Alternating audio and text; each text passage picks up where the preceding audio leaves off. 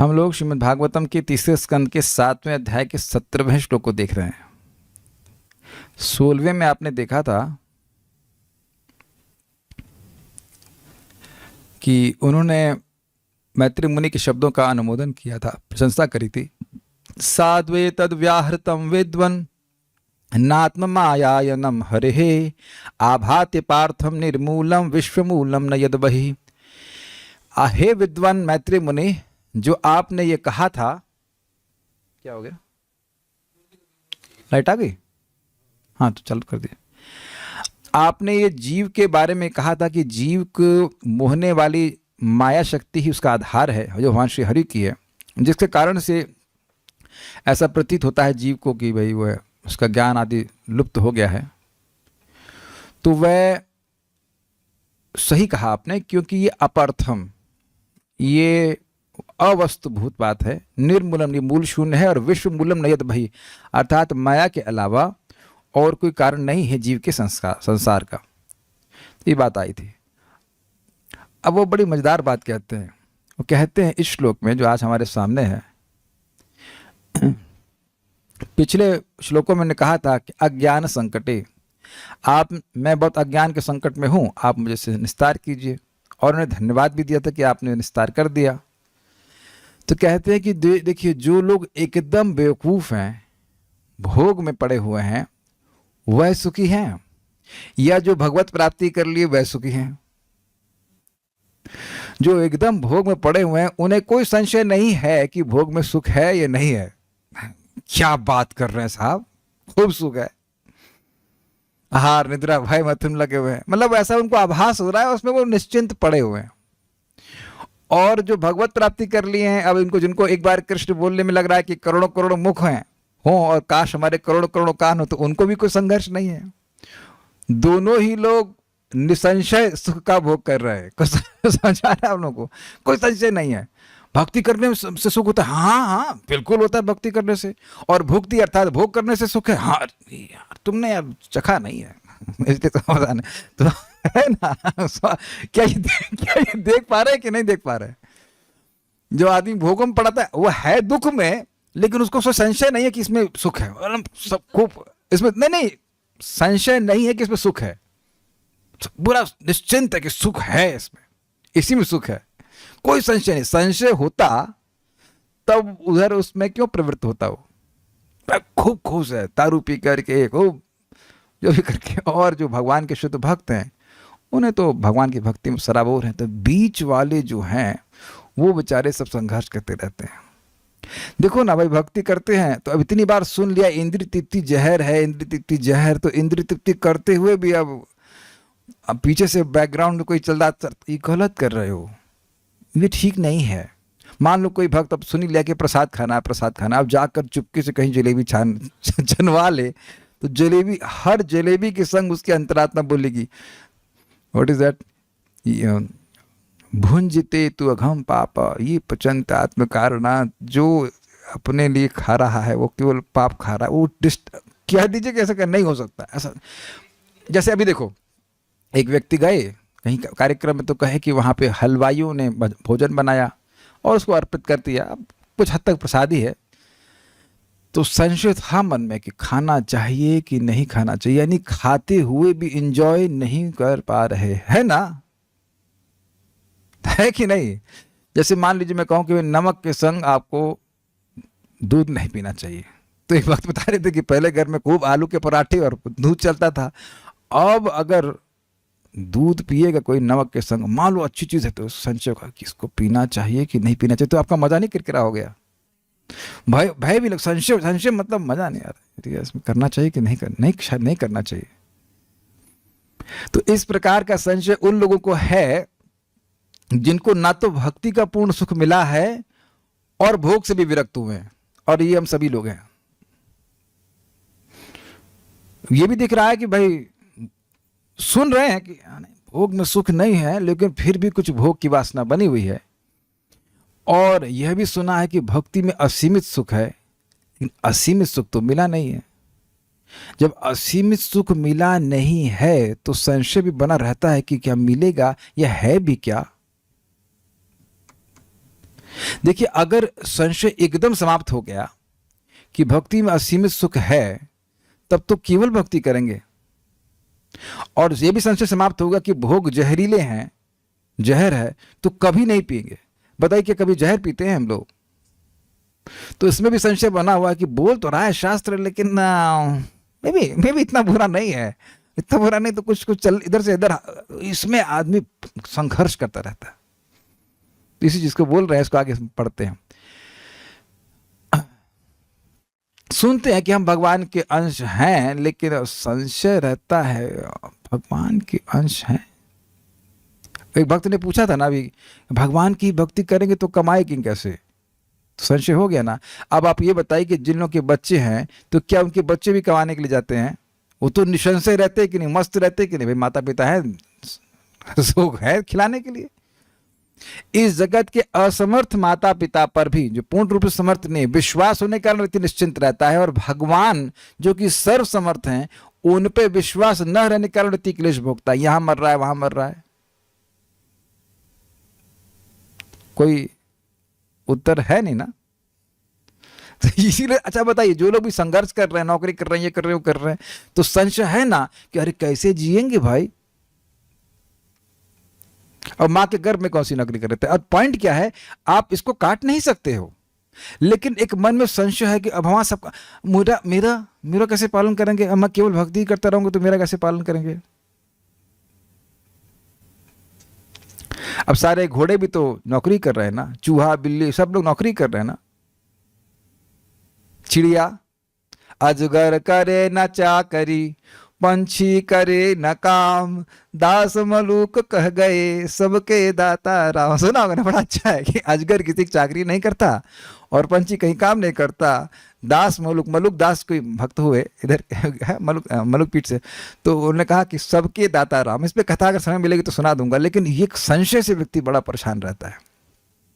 तो उन्होंने कहा कि इस संशय का आपने मेरे हृदय से निवारण किया है। तो पहले इस श्लोक को देख लेते हैं।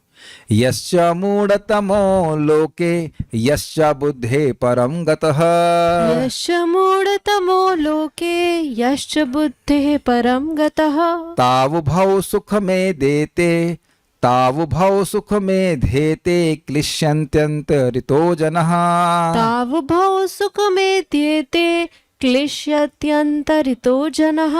यश्च मूढ़तमो लोके यश्च बुद्धे परम गतः, यश्च मूढ़तमो लोके यश्च बुद्धेः परम गतः, तावुभौ सुख में धेते क्लिश्यन्त्यन्तरितो जनः, तावुभौ सुख में देते क्लिश्यत्यन्तरितो जनः। यश्च मूढ़तमो लोके यश्च बुद्धे परम गतः, यश्च मूढ़तमो लोके यश्च बुद्धेः परम गतः, यश्च तावुभौ सुख में धेते क्लिश्यन्त्यरितो जनः, तावुभौ सुख में देते क्लिश्यत्यन्तरितो जनः। यश्च मूढ़तमो लोके यश्च बुद्धे परम गतः, यश्च मूढ़तमो लोके यश्च बुद्धेः परम गतः, तावुभौ सुख में धेते क्लिश्यति अंतरितो जनः। तावुभौ सुख में देते क्लिश्यत्यन्तरितो जनः। बोलिए। यश्च मूढ़तमो लोके यश्च बुद्धेः परम गतः, यश्च मूढ़तमो लोके यश्च बुद्धे परम गतः, तावुभौ सुख में देते क्लिश्यत्यन्तरितो जनः। तावुभौ सुख में धेते क्लिश्यति अंतरितो जनः।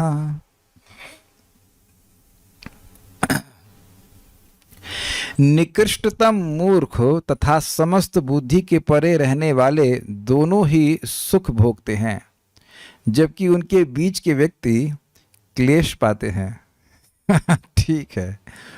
लोग के इस जगत में तीन प्रकार के लोग हैं, लेकिन इस लोक में यश्च मूढ़तम, जो देहादि में आसक्त हैं अर्थात सरासर विवेक रहित हैं, जिन्हें यह भी नहीं पता कि इंसान और जानवर में भेद क्या है और केवल जानवरों के कार्यों में ही प्रवृत्त हैं, आहार, निद्रा, भय और मैथुन में। तो क्या आप यह अनुभव करते हैं कि वह लोग ऐसा मान रहे हैं कि वह सुखी हैं? मैं शब्दों को बहुत तोल के दिया हूं। सुखी नहीं है, लेकिन वह अपने इस भ्रांति में सुख हैं, उनको वो भ्रांति में निश्चिंत हैं कि वे सुखी हैं। और क्या प्रमाण है, प्रचार कीजिए। तो उनको बोलिए हम तो संतुष्ट हैं, हम तो सुखी हैं, खाने को है, पीने को है, इत्यादि इत्यादि। क्या आपने ऐसा अनुभव किया है? आप किसी को प्रीचिंग कीजिएगा तो हम तो संतुष्ट हैं। तो एक बार व्यक्ति प्रभुपाद को बोला तो प्रभुपाद बोले संतुष्ट तो गधा भी होता है। तो आप समझ गए ना, प्रभुपाद तुरंत क्लैरिफाई कर दे कि आप एक पशु की तरह संतुष्ट हैं। जो मनुष्य आहार, निद्रा, भय, मैथुन में ही संतुष्ट है, निश्चिंत है, इसमें वह सोच ही नहीं रहा कि आज मरूंगा तो मैं कल कहाँ जाऊंगा, तो वह भी उसे अपने हृदय को शुद्ध करने का क्लेश नहीं सताता। आप लोगों को कभी मन में नहीं आया कि हमारे अनर्थ कब जाएंगे? आता है। और जो लोग अनर्थ में डूबे हुए हैं रसगुल्ले की तरह, उन्हें कोई चिंता नहीं। काम क्या बुरा है भाई? काम को और बढ़ाने की भी तो दवा खाते रहते हैं। एक व्यक्ति, मेरे रिश्तेदार को मैंने कुछ हरे कृष्णा को कहा करने के लिए बोला तो एकदम से गुस्सा हो गया, कह रहे यार, मतलब और दो चार उसने अपशब्द कहे और फिर बोला कि हम सुबह जब तक 50 लोग को गाली नहीं देते थे हमारा मतलब जो है मन अच्छा नहीं होता। तो अब उनको क्रोध बड़ा अच्छा लग रहा है। सोचिए, भक्त लोग अगर कहीं गलती से कुछ खराब शब्द निकल जाता है, लगता है अपराध हो गया। बाहर की दुनिया में कोई सोचता है अपराध हो गया? लोग गले काट रहे हैं, इंसानों के गले काट रहे हैं, मुर्गों के गले काट रहे हैं, कुछ कोई क्लेश उनको अनुभव होता है? नहीं, सब तो बढ़िया है। मुर्गा खा रहे हैं, वो खा रहे हैं, तो सुख है नहीं उनको, लेकिन उनको कोई संशय नहीं है अपनी स्थिति के संबंध में। कहते हम तो सुखी हैं। यश्च बुद्धे परम, तथा जिसने प्रकृतातीत परम अर्थात परमेश्वर को, यहाँ बुद्धे मतलब देखिए समझने का प्रयास, बुद्धि तत्व सबसे सूक्ष्म है, तो उससे भी परे जो है, भगवान बुद्धि के भी परे हैं, तो परम मतलब परमेश्वर, जो इस बुद्धि यानी प्रकृति के गुणों के भी परे हैं, गतः प्राप्त कर लिया, अर्थात जिसने भगवान को प्राप्त कर लिया है, भगवान के चरण कमलों की प्राप्ति कर ली, तो वह तो निश्चित रूप से सुख का अनुभव कर रहा है भक्ति करके। उसकी इंद्रियां पूरी तरह शुद्ध हो गई हैं। सुखम आतंतिकम यत्तद बुद्धि ग्राह्यम अतीन्द्रियम वेत्ति यत्र न चैवायम स्थितः चलति तत्पतः। जो तत्वतः अपनी स्वरूपगत स्थिति में स्थित हो गया है, उसके हृदय से सारी भोग वासना समाप्त हो गई है, भगवान की भक्ति करता है अपनी शुद्ध इंद्रियों से, तो वह तो निश्चित रूप से प्रत्यक्ष रूप से सुख का अनुभव करता है ना? तो उनको भी कोई संशय नहीं है कि भक्ति करके सुख मिल रहा है। दो समझ गए, एक को संशय नहीं है कि भोग करके सुख मिल रहा है, और एक को संशय नहीं कि भक्ति करके सुख मिल रहा है। तो जब संशय नहीं है तो कोई दिक्कत नहीं। नेक्स्ट, तौ उभौ सुखम ए देते। उभौ मतलब होता है दोनों, और तौ मतलब वह दो, द्विवचन में है। यह दोनों पुरुष सुख प्राप्त करते हैं। लेकिन ध्यान दीजिएगा कि पहले वाला सुख प्राप्त करता नहीं है, खाली वह मान रहा है निश्चित होकर के, संशय रहित होकर के सुख मिल रहा है। एक पागलपन की बात है, लेकिन उसको वो कन्विंस्ड है कि वह सुखी है। Is it okay? और दूसरा जो भक्त है वो वाकई सुख अनुभव कर रहा है। और जो लोग भक्ति में अभी संतुष्ट नहीं है, अंतरितः, किंतु जो अल्पज्ञ मध्यस्थ जन है, अल्पज्ञ मतलब जो भगवत तत्व को नहीं समझ रहे हैं, जिनके मन में संशय है, तो वो बीच में रहते हैं।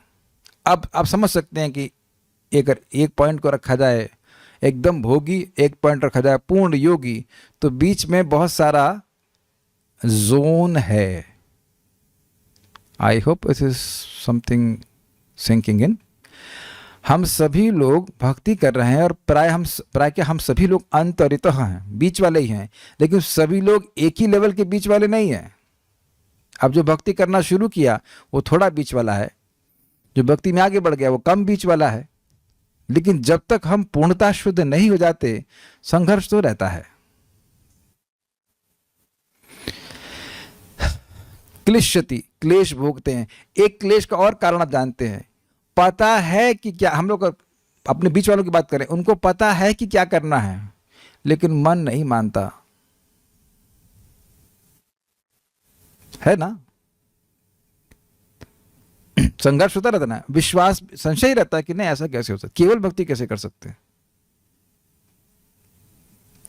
जिसको संशय नहीं है वह सुखी है, वो भक्ति ही करता रहता है। और यही हमने पहले सुना था, जब इंद्रियां पूरी तरह भगवान में उपरम प्राप्त कर लेती हैं तो कोई क्लेश नहीं होता है, बिल्कुल कोई संशय नहीं होता है कि मैं भक्ति करके ही सुखी रहूंगा। तो अगर कोई संशय नहीं है तो केवल भक्ति करेंगे। जब मैं बोला हूं केवल भक्ति, मतलब वाणी से भी कोई ऐसी बात नहीं निकलेगी जो भगवान का यश ना हो। आप समझ में आया डिफिकल्ट बात? आप समझ में आया ना? पहले हल्का लग रहा होगा बात ना। वाणी से भी ऐसी कोई बात नहीं निकलेगी जिसका संबंध भगवान से ना हो। और जब आप ऐसे काइंड ऑफ एनालिसिस करने लग जाएंगे, देखेंगे अरे बहुत सारी बात हम लोग कर दे रहे हैं जिसका संबंध भगवान के यश से बिल्कुल भी नहीं है। तब every moment is an opportunity ना, कि आप भक्ति करेंगे या भगवान नहीं करेंगे। तो अगर संशय है कि भाई शायद इस सेकंड पे मैं भगवान की बात नहीं भी बोलूंगा तो चलेगा, ये संशय है ना, तभी तो हमने किसी दूसरे पॉइंट को सेलेक्ट किया। I hope I am getting the message across. तो ये पेंडुलम सा चलता रहता है। अभी आपको याद हो, एक भक्त ने कहा था कि जब हम भक्ति करने के लिए भक्तों की संगत में आते हैं तो लगता है भक्ति बहुत अच्छा है, और जब भौतिकतावादी लोगों को देखते हैं तो इन्फीरियरिटी कॉम्प्लेक्स आता है। अब समझ में आ गया ना क्लेश? धीरे धीरे करके व्यक्ति अनुभव करता है कि भक्ति करके ही सुखी होता है। यश्च मूढ़तमो लोके यश्च बुद्धि परम गतः, जो लोग मैक्सिमम अमाउंट ऑफ मूर्खता को प्राप्त है, मूढ़तम मतलब उनसे अधिक कोई मूढ़ है नहीं, अर्थात जो मनुष्य जीवन में होते हुए भी पशुवत व्यवहार कर रहे हैं, वो लोग, या बुद्धि परम गता, जो बुद्धि से परे भगवान है उनको प्राप्त कर लिया है, तब बहु सुखमय देते, ये दोनों ही सुख को अनुभव करते हैं। क्लिश्यति अंतरितो जनः, लेकिन जो बीच वाले हैं वह सब संघर्ष करते हैं। श्रीधरी, इस श्लोक में विदुर जी कहते हैं कि अल्पज्ञ होने के कारण मुझे पहले संशय हुआ था। लिंक समझ आ गया? अज्ञान संकटे बोले थे, मेरा अज्ञान का संकट है। अज्ञान मतलब संशय, नहीं समझ में आ रहा है कि क्या करना चाहिए। अगर आप विचार करें कि जब हम लोग को संशय होता है तो हम बहुत परेशान हो जाते हैं, या ये कहें कि परेशान होते हैं तो समझ में नहीं आता कि क्या करें संशय से युक्त। अग्रीड? किसी भी संबंध में आप परेशान कब होते हो? जब ना समझ में आए कि क्या करना है। ये मैं कुछ ब्लैंकेट स्टेटमेंट दे रहा हूं, आप विचार कीजिए हर जगह ये अप्लाई होता है, या कहीं जा रहे हैं, कहीं रास्ते में जा रहे हैं, रास्ता नहीं मालूम चल रहा है, जिसको उस स्थान पर पहुंचना ही नहीं है उसको कोई दिक्कत नहीं है, जिसको स्थान प्राप्त हो गया उसे कोई दिक्कत नहीं है, और जो नहीं पहुंचा है, रास्ता ढूंढ रहा है, उसको दिक्कत है। जिसको एग्जाम में पास होना ही नहीं है वह भी खुश, जिसको जो एग्जाम में एकदम तैयारी कर लिया, पार कर गया, उसे भी कोई दिक्कत नहीं। कि बीच वाले लोग बड़ा क्लेश प्राप्त करते हैं। अब तो क्लियर हो गया होगा, एग्जाम तो दिए हैं कभी ना कभी, पास होंगे कि नहीं होंगे, कितना नंबर आएगा, ठीक से तैयारी नहीं की, इत्यादि इत्यादि। होता है कि नहीं? संशय, जहां संशय हुआ व्यक्ति को क्लेश मिलना शुरू होता है। ओके, संसार में रहने वाले दो तरह के प्राणी सुखपूर्वक जीवित रहते हैं। वे लोग जो देहादि में आसक्त होने के कारण अत्यंत अज्ञानी हैं, तथा वे लोग जो ज्ञान की पराकाष्ठों को प्राप्त करके ईश्वर को प्राप्त कर चुके हैं, क्योंकि इन दोनों प्रकार के लोगों को संशय रूप क्लेश नहीं होता। प्रभुपाद जी एक बहुत सुंदर बात कहते हैं, अभयम सत्व संशुद्धि। जिस व्यक्ति का चित्त पूरी तरह शुद्ध हो गया है वह अनुभव करता है कि उसके हृदय में ही परमात्मा है, भगवान श्री कृष्ण उसके हृदय में ही बैठे हैं, तो अब वह कहीं पे भी जाएगा उसे कोई भय नहीं होगा। अब आप देखिए, अगर चित्त शुद्ध नहीं है तो भगवान की अनुभूति अंदर नहीं है तो व्यक्ति को भय ही होगा, चाहे वो कहीं पे भी जाए। संशय रहेगा कि मेरा ध्यान कौन रखेगा। क्लेश है कि नहीं? यस। जो व्यक्ति दुखानुभव करने के कारण इस प्रपंच का परित्याग करना चाहता है और आत्मानंद का अनुभव नहीं कर सकने के कारण उसे त्याग भी नहीं पाता, वह तो क्लेश का ही अनुभव करता है। समझ में आया? ये बड़ा मजेदार है। इस जगत में भाई भोग आदि व्यक्ति कर रहे हैं तो जो व्यक्ति ये समझ रहा है कि विषय कटु हैं, अच्छे नहीं हैं, लेकिन अब भक्ति का सुख मिला नहीं है, तो वो बीच में हैंग कर रहा है। भाई इंद्रियों को कोई ना कोई कार्य तो चाहिए, भोगों में सुख है नहीं, वहां मन लग नहीं रहा है, और भक्ति का सुख प्राप्त है नहीं, तो वहां भी मन नहीं लग रहा है। तो इस कारण से व्यक्ति परेशान हो जाता है। परम पूज्य हलधर महाराज इस बात को कह रहे थे, इसी से कोट करके कह रहे होंगे, ये भगवान भोगों का सुख भी हटा दिए हैं और भक्ति का सुख भी पूर्ण रूप से नहीं देते हैं। अगर अब कल से ऐसा नाम जप होता कि आप सब भूल जाते तो सारी टेंशन खत्म। नहीं तो बार बार ये प्रश्न होता है, बार बार प्रश्न आता है, कैसे जप में रुचि आए, कैसे जप में रुचि आए, है तो बार बार प्रश्न होता है। आप देखो कि अगर हम लोग साथ में ना पढ़ें तो पता है कि चैतन्य चरितामृत पढ़ना चाहिए, यही पढ़ना चाहिए, वो पढ़ना चाहिए, लेकिन नहीं किताब खोल पाते हैं। और ऐसा भी नहीं कि मनोहर कहानी खोल लेगा और एनीथिंग मंडेन, लेकिन बड़ा कठिनाई हो जाती है। Very interesting. इसमें एक और बात यहां पे आ जाती है कि इसीलिए भक्तों की संगत बहुत प्रबल साधन है,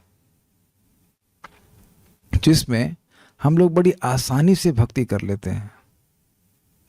नहीं तो हमारा ये जो दूसरा बड़ा पार्ट है ना, जिसमें भक्ति का सुख नहीं मिल पा रहा है, तो उसमें व्यक्ति उसमें मतलब दब जाता है।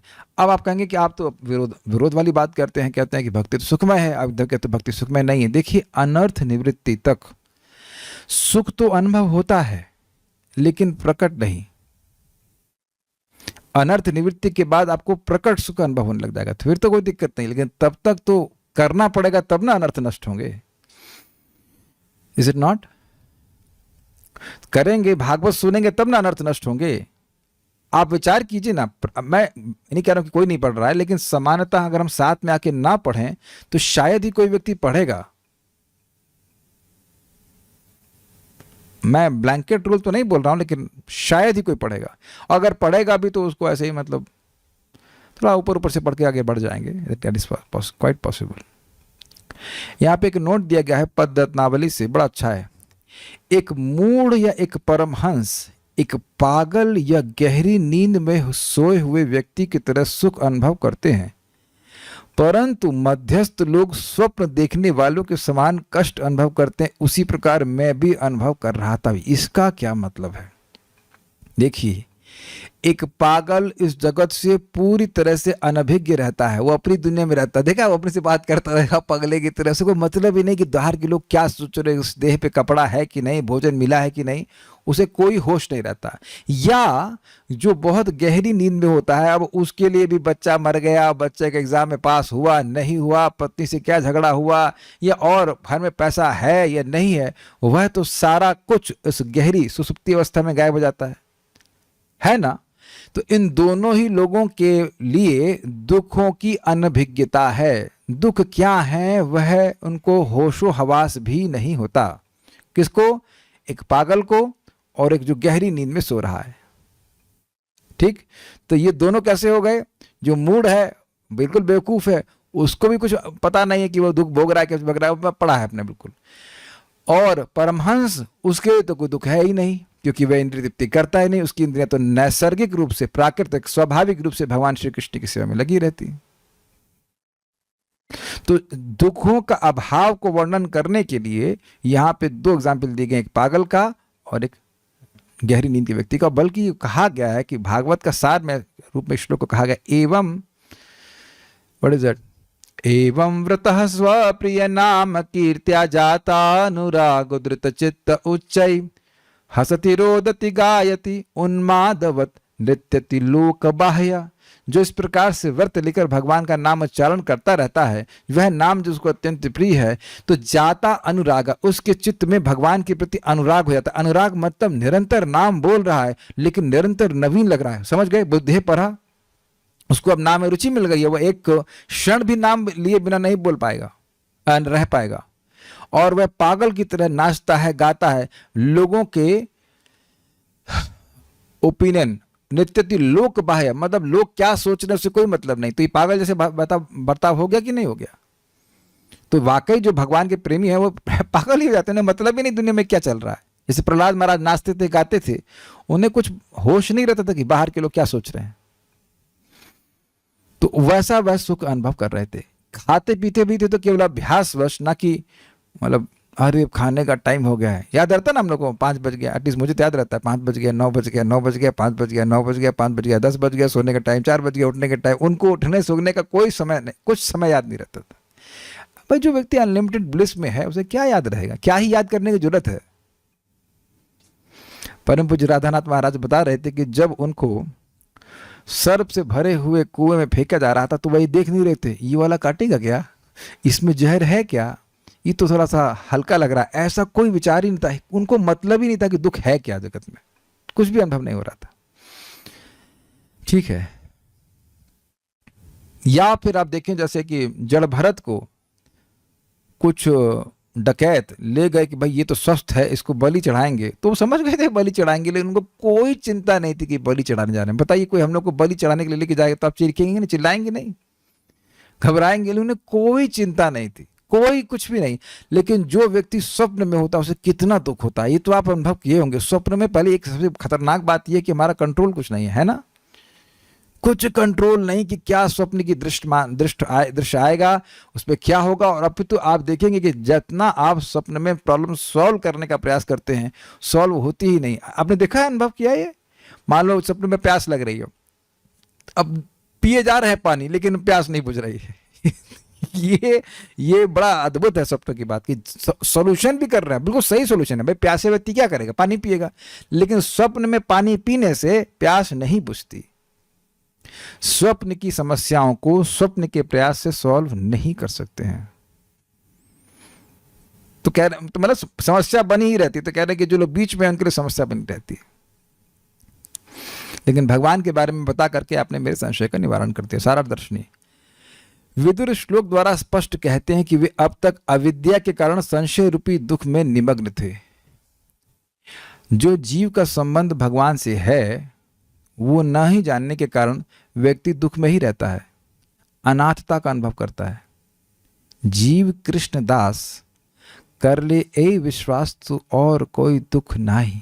अब ये श्लोक बड़ा सिंपल सा लगता है ना, कि जीव को विश्वास हो जाए कि वह कृष्ण का सेवक है तो और कोई दुख नहीं है। तो अब इसको रिवर्स में देखिए, अगर हम अपने जीवन में दुख अनुभव कर रहे हैं कि मैं दुखी हूं, तब क्या उत्तर होगा, क्या अंडरस्टैंडिंग होगी? ये विश्वास नहीं है कि हम कृष्ण के सेवक हैं। सुना तो है, लेकिन what is that, a man convinced against his will has the same opinion still। तो इसलिए एक है ना, सुनने के बाद भी कि हम कृष्ण के सेवक। कृष्ण कौन है? परमेश्वर है, परमेश्वर है, उनके सेवक है, उनके अंश हैं, तो हमें उनकी ही सेवा करनी होगी। जैसे देखिए इस जगत में हम किसी कंपनी की सेवा करते हैं तो पूरा विश्वास होता है कि कंपनी समर्थ है हमको रक्षा करने के लिए, है ना। और कृष्ण की सेवा कर रहा है कोई व्यक्ति और संशय हो कि पता नहीं कृष्ण करेंगे, तो अब संशय होगा तो क्लेश होगा ना। और यह विद्या के कारण ही है।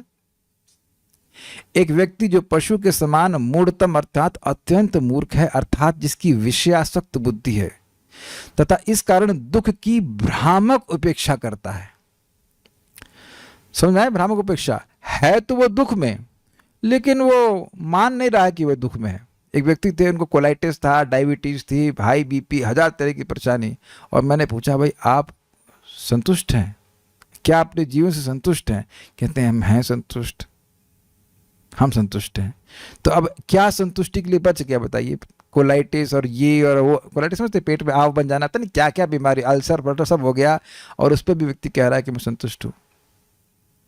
उस व्यक्ति के 13 फ्रैक्चर हुए थे एक बार एक्सीडेंट में, और फिर भी संतुष्ट हैं। 30 हमें तो मतलब बचपन से जानते थे उनको, तो कई समय तक पता नहीं चला, हमका 13 को ज़्यादा नहीं होता होगा।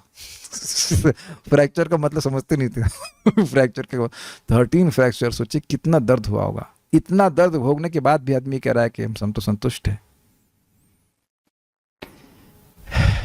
तो ये दुख की भ्रामक उपेक्षा है। मतलब हम दुखी नहीं है, बस जबरदस्ती लगाए रखो कि हम दुखी नहीं है, इसलिए वो सुखी रहते हैं दुखी, लेकिन वो मानने को तैयार नहीं, ये बात बोल रहे हैं, इसलिए सुखी है। तथा एक अन्य व्यक्ति जिसने बुद्धे अर्थात पदार्थ से परम अर्थात परे परमेश्वर को प्राप्त कर लिया। तो ये दोनों, वो तो खैर वाकई सुख का अनुभव कर रहा है। ये दोनों ही व्यक्ति संशय जनित क्लेश के अभाव द्वारा अर्थात या तो विषयों द्वारा अथवा ईश्वर से आनंद प्राप्त करके सुख की वृद्धि करते हैं। Got it? एक व्यक्ति मान रहा है कि भोग करने सुखी होंगे, लगा पड़ा उसमें, और एक व्यक्ति अनुभव कर रहा है कि ईश्वर की सेवा करने से सुख की वृद्धि होगी, वो करेगा। क्योंकि किंतु जो दुख का अनुसंधान करके इस प्रपंच को त्यागने का इच्छुक है, अब और कुछ क्लियर हुआ, जो भोगी है उसको भी दुख का अनुसंधान नहीं हो रहा, अवेयरनेस नहीं है। जो शुद्ध भक्त है उसको भी दुख के अवेयरनेस नहीं है। लेकिन जो लोग बीच में हैं, जो शुद्ध भक्ति प्राप्त नहीं किए हैं और उनको जगत दिखने लगा है कि भाई ये जगत में तो दुख है, परेशानी है, ऐसे लोग क्लेश प्राप्त करते हैं। वह भगवत भक्ति प्राप्त किए बिना ऐसा नहीं कर सकता।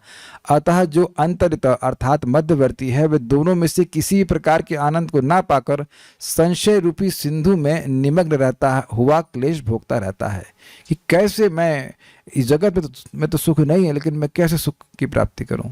ये बात है। तात्पर्य, निकृष्टतम मूर्ख भौतिक क्लेशों को नहीं समझते। वे हंसी खुशी के साथ अपना जीवन बिताते हैं और जीवन के क्लेशों के विषय में जिज्ञासा नहीं करते। एक भक्त बड़ा अच्छा बोल रहे थे, और सिंसियर भक्त कह रहे हैं, प्रभु जी अभी तो भक्ति में प्रगति बहुत हुई नहीं है, अब मर गए तो पता नहीं दोबारा कहाँ जन्म होगा। अब आप ये बताइए कि उनकी बहन या चाची या जो भी कोई है, क्या उनको भी ये टेंशन है? आप लोग अपने इर्द गिर्द थोड़ा देखिए श्लोक को, कि जो लोग भक्त नहीं हैं उन्हें कोई टेंशन है कि मरने के बाद कहाँ जन्म लेंगे? अच्छा, आप लोग को कुछ मन में आता है कि कहाँ जन्म लेंगे, क्या होगा अगला जन्म, भगवान की प्राप्ति होगी कि नहीं होगी? आप लोग भी निश्चिंत रहते हैं? सब लोग बुद्धे परे भगवान के चरणों की प्राप्ति कर ली हैं क्या सब? तो आप देख रहे हैं कि कुछ टेंशन है तब ना भजन कर रहे हैं, कुछ तो टेंशन है। टेंशन मतलब कुछ तो है ना, कि भाई ये काम कर रहे हैं, क्या होगा आगे, क्या गति होगी, कुछ तो आदमी विचार करता ही है ना। ऐसे लोग लगभग पशुओं के स्तर पर होते हैं जो भौतिक क्लेशों से अवगत नहीं रहते, यद्यपि श्रेष्ठ जनों की नजरों में वे सदैव दुखी रहते हैं।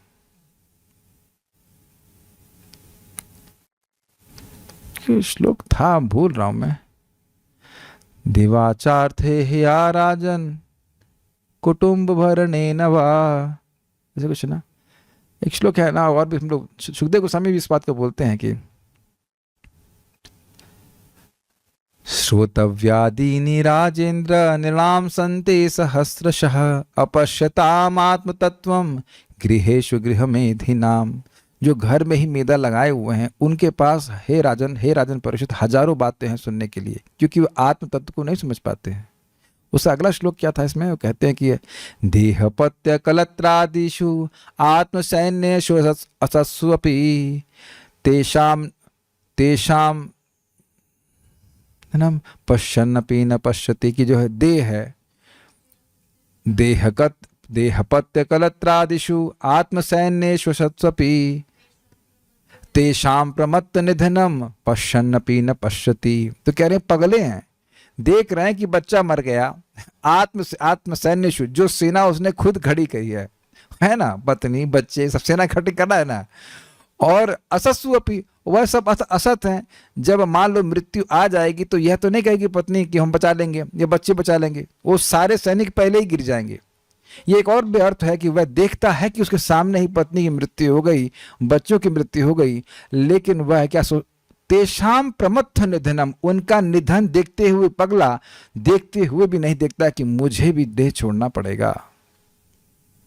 कई बार हमसे लोग पूछते हैं कि हमारे यहाँ फलाने व्यक्ति की डेथ हो गई है तो क्या हमें जप नहीं करना चाहिए? तो मैं बोलता हूं कि आपकी डेथ नहीं हो सकती है, उस 13वीं के पहले आपकी डेथ नहीं हो सकती है कि आप जब छोड़ देंगे। तो उत्तर बड़ा स्पष्ट है। सब लोग अरे मर गए वो ऐसा सबसे सुनते हैं कि अच्छा अरे बड़ी उम्र कम थी, बड़े मर गए। अभी भी सुदामा प्रभु मेरे मित्र आए थे तो वो मेरे भक्त के बारे में बता रहे थे, पाली में बहुत अच्छा मृदंग बजाते थे, राघवेंद्र प्रभु। मैंने वो कैसे हैं? शायद 26-27 साल के होंगे, मर गए हार्ट अटैक से, ऐसा कुछ तो था। और हम लोग सोच रहे हैं कि हम बहुत लंबा जिएंगे। खैर भक्त लोग तो थोड़ा अवेयर रहते हैं, लेकिन भौतिकतावादी लोग तो बिल्कुल भी नहीं रहते। शुकर का जीवन सुख के मानदंड के अनुसार गिरा हुआ है, क्योंकि इसमें गंदे स्थान में रहना, किसी भी क्षण संभोग में रत रहना और जीवन संघर्ष के लिए कठिन श्रम करना होता है। किंतु शुकर को यह ज्ञात नहीं है। क्या आपने कभी देखा है? हमने तो आंखों से देखा है, वो इधर अजमेरी गेट में लोग इंसान हैं लेकिन जानवर की तरह लगे हुए, और उनको कोई कठिनाई भी नहीं लग रही है। जब उनका बोझा थोड़ा रुक जाते हैं तो थोड़ा वो खैनी खाएंगे, खैनी शेयर करेंगे और हंसते हैं, ऐसा कि they are enjoying the life. तुम पशु की तरह ठेला खींच रहे हो। क्या यही इसी के लिए मनुष्य जीवन मिला है ना? और बाकी चीज़ों में क्या वो उस पर चर्चा करी जाए। थोड़ा बहुत इंद्रिय तृप्ति कर लेता है, उसके से हजारों दुख भोगता है, फिर भी व्यक्ति जगत से बाहर नहीं निकलना चाहता। इसी तरह जो मनुष्य भौतिक जगत कष्ट से अवगत नहीं होते तथा यौन जीवन और कठिन श्रम में सुखी रहते हैं, वे निकृष्टतम मूर्ख हैं। क्या श्लोक था भागवतम का? वो दिवाचार थे हया राजन कुटुंब भरणे नवा। श्लोक ऐसे शुरू हो रहा है, भूल रहा हूं मैं। दिन के समय वह कुटुंब को भरण करने में लगता है और रात्रि के समय भोग आदि में निद्रा हरियते नक्तम विवायेन च वयः। रात का समय वह नींद में या भोग आदि में व्यतीत करता है और इसी को बड़ा सुख मानता है। बस यही बात है। फिर भी चूंकि उन्हें कष्टों का कोई ज्ञान नहीं होता, वे तथाकथित सुख को भोगते प्रतीत होते हैं। इसीलिए ऐसे लोगों की संगति नहीं करनी चाहिए। It doesn't take much time to become मूढ़तम। मूढ़तम होने में बहुत समय नहीं लगता है। और एक और इंटरेस्टिंग बात है कि ऐसे मूढ़तम स्पीशीज घर के चिड़ियाघर में भी मिल जाते हैं। समझे मेरी भाषा? हो सकता है कि विद ड्यू रेस्पेक्ट आपके पिताजी या माताजी, चाची चाची, ताऊ ताई, जो भी आप रिश्तेदार समझ लें, वो इसी प्रकार के मूढ़तम लोग हों।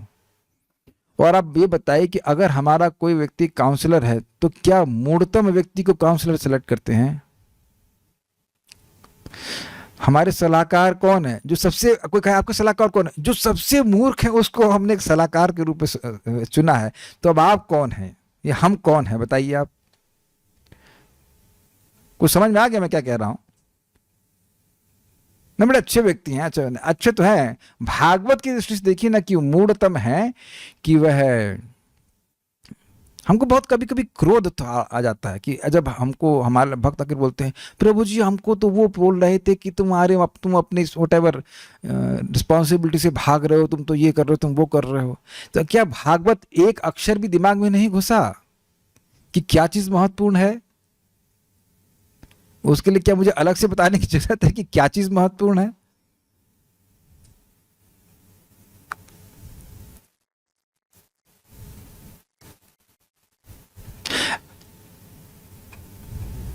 एक व्यक्ति हैं, वो शादी हो रही थी तो वो कह रहे हम अपने समाज में शादी करेंगे। तो हमने कहा आपको पता नहीं चला कि ब्राह्मण कौन होता है? प्रीचिंग भी किए हैं, अब शास्त्र पढ़े, आपको पता नहीं चला? नहीं नहीं नहीं नहीं, वो परिवार वाले। अब जो आ गई वो खराब माल, वो नकली ब्राह्मण थी। निकली 8:30 बजे, 8:30 बजे शायद ब्रह्मसूर, कोई नया शायद ब्रह्म मुहूर्त उठने का टाइम। तो ऐसी ब्राह्मण है कि 8:30 बजे उठती हैं। तो अब तो देख रहे हैं ना, शास्त्र को ना समझ करके मूढ़तम लोगों की बात सुन करके व्यक्ति केवल दुख भोगता है। बिकॉज सिद्धांत किसी के लिए चेंज नहीं होता।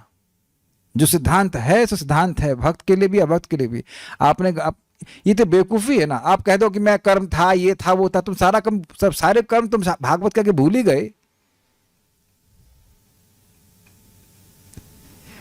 Try to hear this. Interest in Krishna consciousness is extremely rare.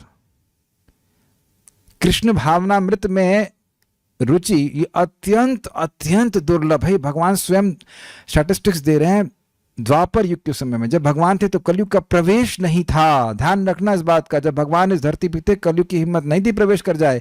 और तब भगवान बोल रहे हैं मनुष्य नाम सहस्रेशु कश्चिद यतत सिद्धि। आप सब लोग को बड़ा आसान लगता है कि हम सब लोग भागवतम पढ़ रहे हैं, जब कर रहे हैं, एक्सट्रीमली रेयर। किसी को आप ब्लेम भी नहीं कर सकते। कोई पशुवत है तो उसको कैसे समझाओगे भागवत, बताओ, अनलेस उसकी कोई स्वीकृति प्राप्त में हो। एक एक कदम फूंक फूंक फूंक के रखना होता है। हाँ, ऐसे चक भाई, ये व्यक्ति का हम साथ में रहने वाले, कुछ करने वाले, क्या ये भक्त है? इस जीवन भर साथ में रहना पड़ेगा, क्या ये भक्त है? BCD, between birth and death we make choices, और वो चॉइस किसी मूर्तम व्यक्ति के अनुसार नहीं होनी चाहिए। अब कहीं पर ये हमारा कर्म था तो फिर भोगो, फिर कंप्लेन क्यों कर सकते हो? कि दुख होता है कि व्यक्ति इतना करीब है अपने मुक्ति के, किसी मूर्तम व्यक्ति का सजेशन प्राप्त करके बर्बाद हो जाएगा। बल्कि सुना है नीति में कि एक मूर्ख फ्रेंड से अच्छा है एक बुद्धिमान दुश्मन। सुना आपने? क्योंकि मूर्ख व्यक्ति आपको एक मूर्ख एडवाइस देगा और उसको अपना मित्र मान करके हम स्वीकार कर लेंगे।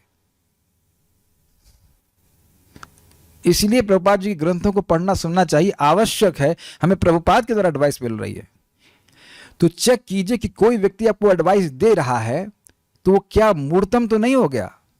एक हमको भक्त बता रहे थे कि उनको कोई व्यक्ति बता रहे थे, वो भी भक्त थे, कहते 60 साल तक काम करते रहना चाहिए। हमको इतनी हंसी आई कि उसके बाद प्रभुपाद प्रभु जी बोले कि वो करते करते मर गए।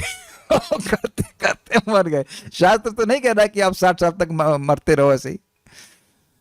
50 साल के बाद तो केवल भक्ति करनी चाहिए। अरे भक्ति तो हमेशा ही करनी चाहिए। तो ऐसे लोगों को नहीं सुनना चाहिए। तो चलिए ठीक है, आगे पढ़ते हैं, समय कम है। फिर भी चूंकि उन्हें कष्टों का कोई ज्ञान नहीं होता, वे तथाकथित सुख को भोगते प्रतीत होते हैं। अन्य श्रेणी के लोग जो कि मुक्त हैं तथा बुद्धि से ऊपर दिव्य पद पर स्थित हैं, वास्तव में सुखी हैं और परमहंस कहलाते हैं। और ऐसे हैं श्रील प्रभुपाद जी, ऐसे हैं श्रीधर स्वामी, ऐसे हैं चक्रवर्ती पाद, और वो उसी स्तर से बोलते रहते हैं। ऐसे हैं मैत्री मुनि, ऐसे हैं सुखदेव गोस्वामी, विदुर जी, और इसीलिए वो ऐसे बोलते रहते हैं। हम लोग सुने भी थे ना, विदुर जी का प्रश्न था कि वो सुखाय कर्माणि करोति लोके नातहि परम पारम, ऐसे कर श्लोक था कि सुख के लिए प्रयत्न कर रहे हैं लेकिन सुख मिल नहीं रहा है और दुख जा नहीं रहा है। तो क्या करना चाहिए युक्त हो, वह हमसे आप कहिए। तो जब बार बार इन लोगों से सुनता है तो हमारी बुद्धि थोड़ी सी ठीक होती है। किंतु वे लोग जो ना तो कुकरों सुकरों की तरह हैं और न ही परमहंस के स्तर पर हैं, भौतिक क्लेशों का अनुभव करते हैं। जैसे कि अब देखिए, जगत में लोग, अब भक्त लोगों को भी नौकरी आदि करनी पड़ती है तो उनको बड़ा भार अनुभव होता है कि ये कहाँ हम लोग पढ़े हुए हैं, भक्ति करते तो अच्छा रहता। और जो लोग उस नौकरी में कर रहे हैं उन्हें कोई दिक्कत नहीं हो रही, पढ़े हुए उसमें। और उनके लिए परम सत्य विषयक जिज्ञासा आवश्यक है, आवश्यक है, ऑप्शनल नहीं है। वेदांत सूत्र का कथन है अथात ब्रह्म जिज्ञासा। अब मनुष्य को ब्रह्म के विषय में जिज्ञासा करनी चाहिए। अब मतलब क्या है? मनुष्य वह है जो समझे, जो प्रश्न के अंदर ये प्रश्न करने का सामर्थ्य हो कि मैं दुख क्यों भोग रहा हूं। आपने देखा होगा, हम तो यहाँ देखें, बंदरों के मुंह कट जाता है, नाक कट जाती है, लेकिन वो कभी अस्पताल में नहीं जाते, वह प्रश्न नहीं करते कि इसका सोल्यूशन क्या है। अग्रीड? देखा है कि नहीं देखा है? बैल को कभी चोट लग जाती है, वो कुछ प्रश्न, उसको कुछ सोचने नहीं आता, वो सहन करता रहता है बस। ये मनुष्यत्व नहीं है। मनुष्य जीवन में हम प्रश्न करते हैं और कर सकते हैं कि यह दुख हमें क्यों भोगना पड़ रहा है। और जब इस प्रकार की जिज्ञासा हो कि भाई हमें दुख क्यों आ रहा है, इस जगत का मतलब बनाने वाला कौन है, कुछ मननशीलता हो, तब मनुष्यत्व प्राप्त होता है। यह जिज्ञासा उन लोगों के लिए आवश्यक है जो परमहंसों तथा उन मूर्खों के बीच के हैं जिन्होंने इंद्रिय तृप्ति वाले जीवन के बीच में आत्म साक्षात्कार के प्रश्न को भुला दिया है। मतलब समझने का प्रयास कीजिए, जो व्यक्ति बीच में साधना कर रहा है उसके लिए आवश्यक है कि वह जिज्ञासा करे कि वह कैसे भक्ति में प्रगति कर सकता है, कैसे भोगों को त्याग सकता है। इसी से उसका कल्याण होगा, इसी से वह दूसरी रेंज में पहुंचेगा, अर्थात परमहंस अवस्था को। ये शायद आप लोग को अनुभव होने लग गया होगा कि नहीं, मुझे नहीं पता, कि जो जिज्ञासाएं भगवत विषयक नहीं होती हैं वह संतुष्ट नहीं करती। जैसे आप देखो कि आप लोग प्रतिदिन आते हैं इस जिज्ञासा को लेकर के कि भागवत में क्या है, तो आप लोग अनुभव करते होंगे कि इस श्लोक को समझ करके एक संतुष्टि का अनुभव करते हैं कि नहीं करते हैं? अब जो पशुवत मनुष्य है उनके लिए तो कोई ऐसी जिज्ञासा नहीं है। ये आप प्रैक्टिकल अनुभव कीजिए कि जब आपकी जिज्ञासा रहती कि आज भागवत में क्या बोला जाएगा, आज गीता में क्या बोला जाएगा, तो वो जिज्ञासा है लेकिन वो क्लेश नहीं है। उस जिज्ञासा का समाधान होता है तो आप सुख की अनुभूति करते हैं, शांति की अनुभूति करते हैं, और व्यक्ति और ऐसी जिज्ञासाओं के प्रति प्रवृत्त हो जाता है। और जैसे ही ये जिज्ञासा आती है तो आहार, निद्रा, भय और मैथुन की जिज्ञासा गायब हो जाती है। अग्रीड? जिज्ञासा तो केवल एक ही रहेगी ना। एटलीस्ट कथा के समय आप शांति का अनुभव करते हैं। आप विचार कीजिए तो क्या इस बात को आप लोग स्वीकार करते हैं? आप अगर हमेशा ये सोचते रहे खाने में क्या बनेगा, खाने में एंजाइटी, ये चार चीजों के बारे में जैसे जिज्ञासा होना होगी, बस केवल anxiety anxiety anxiety anxiety anxiety. लेकिन जितना समय हम भगवान के बारे में सोचते हैं कि अब कुछ जिज्ञासा करते हैं कि इस पे क्या है, भगवान ऐसे लीला क्यों करे, आप देखेंगे चित्त में सुख आता है। एटलीस्ट उतने समय तो आता है। तो जितनी ज्यादा जिज्ञासा करेगा उतना ही वह पवित्र होता चला जाएगा, क्योंकि जिज्ञासा मतलब ध्यान। जिज्ञासा होगा तो उस पर विचार भी चलेगा कि क्या इसका उत्तर है। तो भागवत संबंधी जो बात होगी वह सुखी करने वाली होगी। जरा देखिए 1.2.3 या 4 को आप देखेंगे तो उसमें लिखा हुआ है कि भगवान वासुदेव के संबंध में जो जिज्ञासा, जो प्रश्न होती हैं, तो उसमें लिखा है ये नात्मा सुप्रसिद्धति। तो जो लोग भोग में पड़े हैं उनकी वासुदेव संबंधी जिज्ञासा बिल्कुल नहीं है, तो उन्हें तो मतलब ही नहीं है। और जो परमहंस हैं उनकी सारी जिज्ञासा केवल भगवत संबंधी, इसलिए सुखी है। तो जो बीच में है उनके सुख का क्या तरीका है कि वह नियमित रूप से भगवान के बारे में श्रवण कीर्तन करें और भगवत जिज्ञासा को जागृत करें। तो जितनी भगवत जिज्ञासा आगे बढ़ेगी उतना ही व्यक्ति सुखी हो जाएगा। इस सोल्यूशन भी हमको मिल गया। कोई श्लोक मिला आपको? मुनयः साधु पृष्टुहम भवद्भिर लोक मंगलम यद कृतः कृष्ण संप्रश्न येनात्मा सुप्रसिद्धि। हे मुनि, शौनक ऋषियों को बोलते हैं, मुनियों आपने बहुत अच्छा प्रश्न किया है, क्योंकि ये प्रश्न कृष्ण के संबंध में है। और जो कृष्ण के संबंध में प्रश्न किए जाते हैं उससे आत्मा, उससे बुद्धि, उससे जीव प्रसन्न हो जाता है।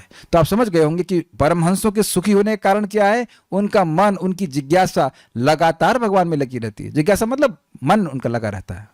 लेकिन हम लोगों को दोनों तरफ चल रहा है, तो अभी वो सुख नहीं मिला, तो सुख का हमें साधन समझ देना चाहिए। भगवान के संबंध में श्रवण कीर्तन होगा, उससे हम सुखी हो जाएंगे। I think it's very clear. कोई प्रश्न किसी बात का है तो देख लेता हूं।